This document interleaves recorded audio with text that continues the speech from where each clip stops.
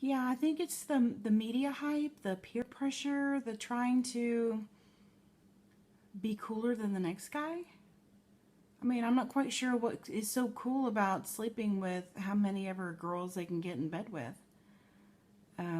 All that does is just spread disease and tear down reputations, develops emotional baggage. And so when people ask me if I enjoy my job or why do you do what you do and you go into schools and all you do is talk about sexual abstinence, well, um, it really is much more than just sexual abstinence. It's about these kids finding purpose for their life.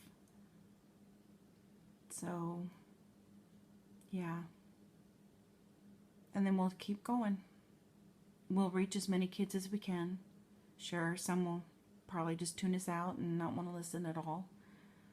And then there's the few that we get that at the end of the program, when we ask them, what's some of the important things that they can take away from the program, or what was impactful to them.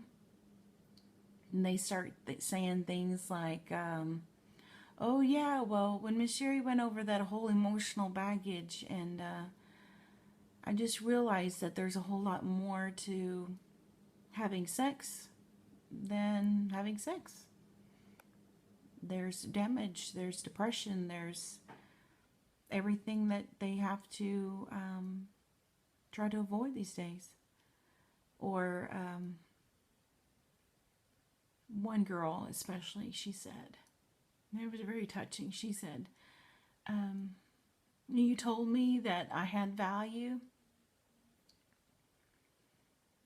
and that I was worth something. And she looked at us and she started to cry and she said, no one's ever told me that before.